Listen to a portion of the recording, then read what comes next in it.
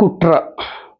So ఒకటి చట్టం పట్ల శిక్షల పట్ల ఒక బేసిక్ అవేర్నెస్ అనేది ఉంటే అసలు మన పైన తప్పుడు కేసులు పెడుతున్నారా కరెక్ట్ కేసులు పెడుతున్నారన్న విషయం ప్రతి ఒక్కరికి అర్థమవుతుంది. కాబట్టి అలాగే ఒక బేసిక్ అవేర్నెస్ అనేది లా పట్ల ఉండాలి ప్రతి ఒక్కరికి.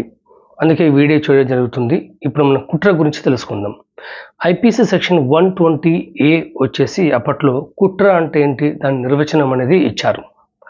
అలాగే సెక్షన్ 120B వచ్చేసి ఎవరైనా ఒక ఇద్దరు వ్యక్తులు లేకపోతే అంతకంటే ఎక్కువ మంది కుట్ర పన్నితే అంటే ఒక నేరపూరిత చర్య చేయడానికి కుట్ర పన్నితే శిక్ష ఏంటనే విషయాన్ని సెక్షన్ 120Bలో చెప్పడం జరిగింది. సో ఇప్పుడు మనం ఈ సెక్షన్లో ఇప్పుడు బిఎన్ఎస్ అంటే భారతీయ న్యాయ సంహితలో ఏ సెక్షన్స్ కింద మార్చారనే విషయం పైన మనం తెలుసుకుందాం. అంతకంటే ముందు మీరు ఈ ఛానల్కి సబ్స్క్రైబ్ చేసుకోండి. చట్టాల పట్ల శిక్షల పట్ల అవేర్నెస్ అనేది ప్రతి ఒక్కరికి అవసరం కాబట్టి మీరు సబ్స్క్రైబ్ చేసుకోండి. ఇకపోతే బిఎన్ఎస్ భారతీయ న్యాయ సంహితలో సెక్షన్ 61 సబ్సెక్షన్ 1 వచ్చేసి కుట్ర అంటే క్రిమినల్ కాన్స్పిరసీ అంటే ఏంటి అనేది ఒక డెఫినేషన్ అనేది ఇవ్వబడింది. అలాగే సెక్షన్ 61 ఆఫ్ సబ్సెక్షన్ 2 వచ్చేసి పనిష్మెంట్ ఫర్ క్రిమినల్ కాన్స్పిరసీ అనే అంశాన్ని తెలియజేయడం జరిగింది. సో అసలు పనిష్మెంట్ అంటే శిక్ష ఏంటో మనం తెలుసుకునే ముందు అసలు కుట్ర అంటే ఏంటో తెలుసుకుందాం.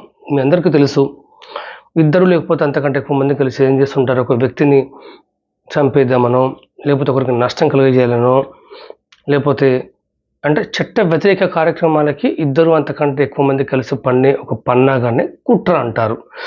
దీన్ని మరీ వివరించి చెప్పాల్సిన అవసరం అయితే ఎవరికీ లేదు. సో భారతీయ న్యాయ సంహితలో కూడా ఎవరైనా కుట్రకు పాల్పడితే సో వాళ్ళకి ఒక 6 నెలల వరకు జైలు శిక్ష లేకపోతే జరిమానా లేకపోతే 2 విధించే అవకాశం ఉంటుంది. సో దీని గురించి ప్రతి ఒక్కరికి తెలియాలి. ఎందుకంటే ఆవేశంలోనో లేకపోతే తాగినప్పుడు చాలామంది ఏం చేస్తుంటారంటే ఈ కుట్రానికి పాల్పడుతూ ఉంటారు. కాబట్టి చాలా జాగ్రత్తగా ఉండాలి. ఇది